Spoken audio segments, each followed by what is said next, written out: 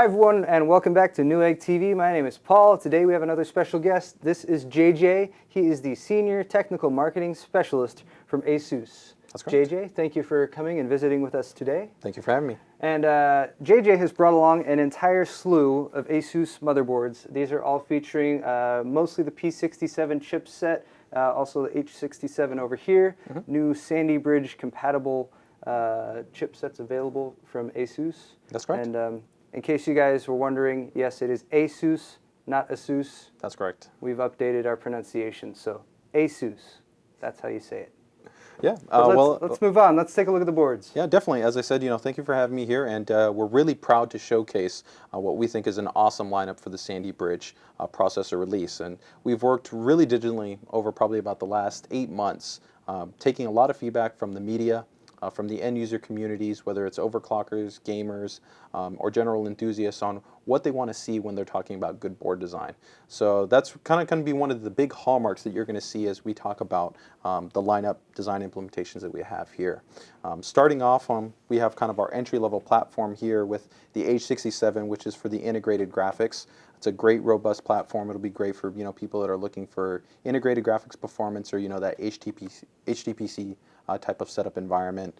And then we step over to the P67-M Pro, which, while it's a micro ATX form factor, is going to give you a lot of flexibility. Still has SLI support, offers overclocking flexibility, and it's got some really great features. But what we're going to really focus here is on the standard ATX lineup, which is what I think a lot of you guys are going to be interested in. All these four right over here? Yeah, definitely. So first up here, we have the P8 P67. So this is the entry-level lineup, and one of the things that we got from a lot of people when we were talking about designing this entire lineup was consistency in the layout.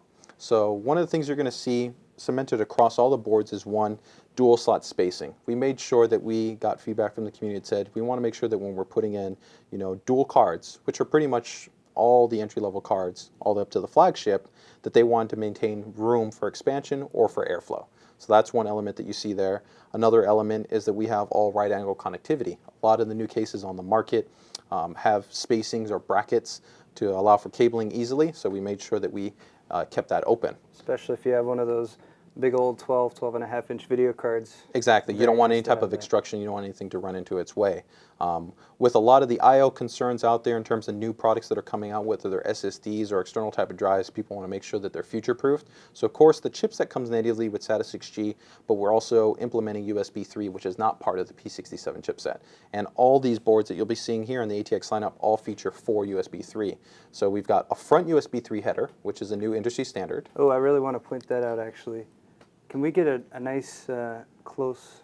So that right there is, this was my first look, and probably a lot of your first look. That's what a front panel USB header looks like. And I'm very happy that you guys the first ones to bring here and show us what that looks like. We can now plug front panel USB headers without having to route through the back of the case. Yeah, no more loopback cables. We worked with a lot of the case vendors, so at the same time that you start to see these products come to market, you'll be able to see cases there too. So also on the back, all the boards will be featuring, of course, 2 USB 3 in the back. So that gives us really expansive I/O connectivity. And then keeping on to a theme that's going to be consistent throughout the boards is also Bluetooth. Starting from our entry-level board all the way up to the Deluxe, all of them will have a Bluetooth 2.1 with EDR support. So you can use it just like a standard Bluetooth device for like a keyboard, a mouse, a headset, but we'll also have a special coordination with a software package in our AI Suite 2 that allows you to easily sync up or back up or transfer files from like a smartphone or different BT-enabled devices. Great to have it right there. Yeah, don't have to buy an external $20, board. $30 adapter. It's already natively part of the board, so you're good to go. And then the last real big highlight that we're really happy about, 2 highlights, is all these boards all feature a brand new digital VRM design. This is something that we first introduced on X58, and we were really proud of it because it set the bar in terms of performance, in terms of what we could drive for overclocking potential and overall power efficiency. But we've now brought it down to the entire product of mainstream P67 boards. So even starting on the standard board, you're going to have digital VRM. So for our viewers out there who might not be familiar with VRM and how that affects the actual use case, for the digital VRM as compared to analog, what are the real real world benefits that I'm going to get by going with that? That's a great question, and one of the biggest things is that with the brand new turbo implementation that you have in the new K series and normal Sandy Bridge processors, Intel's gotten very aggressive with how turbo, so the automatic kind of overclocking that occurs in the CPU, and with the digital VRM we have the fastest transient response, which essentially that means is we have the best way to respond to the turbo commands that the CPU is trying to execute. We can ramp that up as fast as possible and maintain it for longer periods of time with this design implementation. So we really made sure that this is focused for Sandy Bridge. So if you've got, say, a Sandy Bridge processor stock clocked at 2.6 gigahertz, and Turbo Boost wants to, jump that up to how high does that go up to with the Turbo Boost? It's going to vary on the CPU, but it's going to allow it to ramp to whatever the turbo multiplier is as quickly and as efficiently as possible. So, and that's another part is the efficiency. With this new type of VRM design, regardless of the Sandy Bridge processor, we're going to be able to drive power delivery loads and efficient loads of up to 90%. With as little as 30% loading to as much as 90% loading. So it's a really, really great design. So with the Turbo Boost, trying to take your clock speed and crank it up and then drop it back down, digital VRM really helps to keep up with that. It's really the new standard, and that's the reason why we're referencing it as the new power standard. And the last element that we're really happy to introduce that's present on all the boards across down, even to H67 based product, is Uefi Bios. So we've completely redesigned that BIOS. Which technically isn't a BIOS anymore, but it's a BIOS replacement. It is now UEFI. Yeah, that's correct. And that allows us to support things like 3 terabyte plus drives, as well as have a graphical interface that has a lot more customization than users have normally seen. And that is a big change. BIOS has been used for, what, 25 years about or 20 plus years. So it's a very old standard. UEFI, if you guys aren't familiar with it, it's a new standard. It's going to be rolled over from BIOS to UEFI. If you're purchasing a new system, you're really going to benefit from going with a UEFI. A UEFI implementation. Implementation. I keep wanting to call it BIOS, but it's not BIOS anymore. Yeah, and that is important, like you said. It's definitely important that when you're buying a new system to keep mind of it, because not all vendors will have this, but in our lineup, it's going to be present across our entire boards. Great to have for forward compatibility. Yep. So for the entry-level board? Yeah, this is our initial marker. So like I said, we went over what we have on the whole lineup. This is going to be a great board. It's going to be our most price-aggressive board. And really what it's going to be focused at is, it's going to have overclocking ability, yes, but also for users that are looking for strong performance with a single card as it doesn't offer SLI support, this is going to be the route that you're going to want to go with. It's a great board, going to be a lot of flexibility, a lot of I/O, a lot of serial ATA, eSATA, FireWire, Bluetooth, it's all there. So it's going to be a great platform. Beautiful. All right, so now we have 3 more tiers that we have here to go over, and now that we've gotten a good baseline look at the entry level, we step over to the Pro. This is the Pro version. And what benefits, what are the little add-ons that we get from going so up to here, the biggest immediate upgrade is that we're implementing SLI support here. So we still, of course, maintain the dual slot spacing, but you're going to step over to SLI. The next upgrade is going to be in the LAN connectivity. Just as digital VRM was introduced on ROG, we introduced Intel LAN on ROG. That was a big feedback, not from the overclocking community, but from general enthusiasts and gamers. They wanted the best performance network controller. So we've brought that also onto the Pro. So this is a pretty big deal because normally, before in the past, you'd have to go out and maybe buy like a $20, $30 Intel NIC, slap it in there, use maybe one of your PCIe slots. But now we're giving it to you on the board. Now, for me, the network card isn't always one of the first things that I look at when I'm checking out a motherboard, but with the Intel network interface card, by going with the Intel, what sort of benefits do I get from Well, there's 3 big things. For one, you get general better latency. You minimize latency. So you're going to get better performance in terms of point-to-point connectivity, especially if it's being matched against another Intel network adapter. You're also going to get better compatibility. So for users that are running different types of software applications, voice over IP, VMwares, all kinds of things like that, Intel's the industry standard that's developed on. So it's the most interoperable.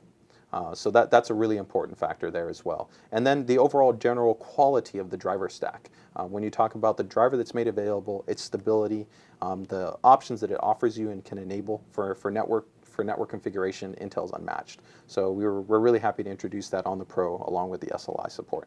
So Intel Gigabit LAN, and that is on the Pro Series and up. Yeah, correct. And we still maintain the same VRM, digital VRM, 12-phase on here. Yep. Perfect. Shall we move on? All right. This is the Evo Stepping over to the Evo, we get to a more enthusiast class product. So this is kind of guys a little bit more adamant about getting into the tweaking and tuning on their setups. So here, of course, we bring you the standard, power and reset options. Nice to have those right there on the board. Yep. You still get the Intel LAN, and then we're also giving you a secondary LAN controller. This is a Realtek controller. So you have dual LAN, but you still maintain the high performance Intel LAN. Still get really robust I/O connectivity as far as the board goes. I like how you have a powered eSATA port here and a standard eSATA port. Yep, and one of the differences, you'll see some people ask, well, why don't you use a combo connector? The main reason why is that way we make sure that all your ports are usable. If you usually use a combo connector, USB or eSATA, you'll take away that port. So these two eSATA are entirely usable, and then you still maintain all 8 USB ports, and we still also give you a breakout to give you additional USB ports. So I/O right here, you got pretty much every standard that's out there and being used right now. Yeah, especially with the Bluetooth, it pretty much gives you everything you could want. Oh, that's awesome. All right. And I notice looks like your coolers here for the... Yeah, it's gone to a little bit more of an elaborate design where previous design implementations don't offer a heat pipe. It's still a high quality performance heatsink. Here we've gone ahead and included a full heat pipe array to help minimize the temperature. But as a part of all our boards and that digital VRM, we also have a special chip that's on the motherboard. It's called T-Probe. This is a dedicated hardware circuit that actually monitors the VRM, so the phase, which is a driver, choke, and a MOSFET. It actually monitors the temperature for each one of those little guys and makes sure that it normalizes the temperature to make sure that everything's running efficiently and is also cooled quite well. So while we take a lot of pride in making sure that the heat sinks are high performance, we've got other technologies on the board to make sure that everything's running as efficiently and as cool as possible.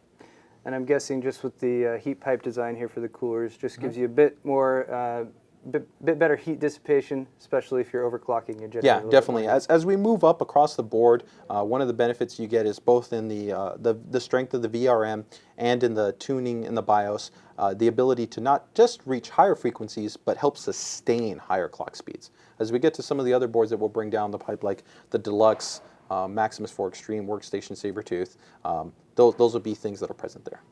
So it's not just how much you can overclock and get it to post. Yeah. It's can you run it like that for an extended period of time. For the next year or two. Yeah, and that's definitely one of the things sometimes people wonder about, well, what do I get when I get a higher end board? That's one of those benefits. Very nice. And now we have our kind of king of the hill here, which is our premium board. Here we've stepped up to Deluxe. Quite a heavier board. You probably even feel it's a little bit more weighty. Oh yeah, definitely. So we really pretty much threw just about everything in here. So you've got the really rich I/O connectivity, still maintain the SLI. You've got the power, the reset, the debug. We also have a PLX on the board to help maintain connectivity to all the ports while it's utilized, whether it's an SLI or Crossfire.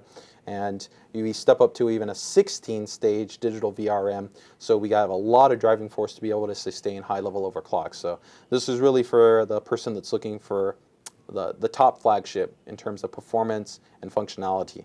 And one additional word to note, this board also will come with a special front module accessory in the box.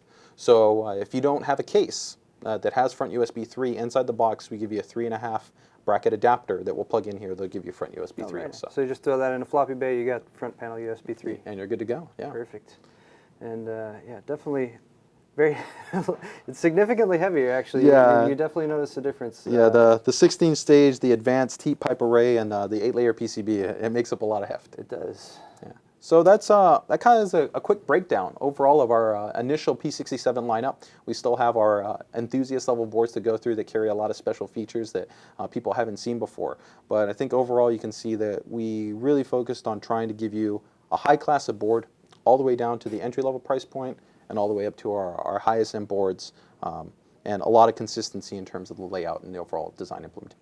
So JJ, one last question for you here. I know if I have an older socket 1156 processor, it's not compatible with the 1155 socket motherboards. Correct. However, from what I understand, if I have an older heatsink fan for my CPU, even if it's an 1156 compatible heatsink fan, that will be compatible That's correct. It's entirely interoperable across the range, so users can take their pre-existing 1156-based CPU coolers and go ahead and put it on here without any issues. So no need to worry about buying a new CPU and heatsink. So very nice. So if you got a high-end aftermarket heatsink fan for your socket 1156 motherboard, hang on to it if you're upgrading to Sandy Bridge. Yep.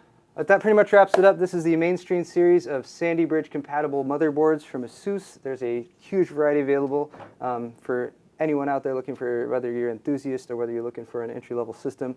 You got it all right here, as well as the H67 chipset as well. Yep. All right. Well, thank you very much, JJ. Thank you. We'll see you next time on Newegg TV, guys.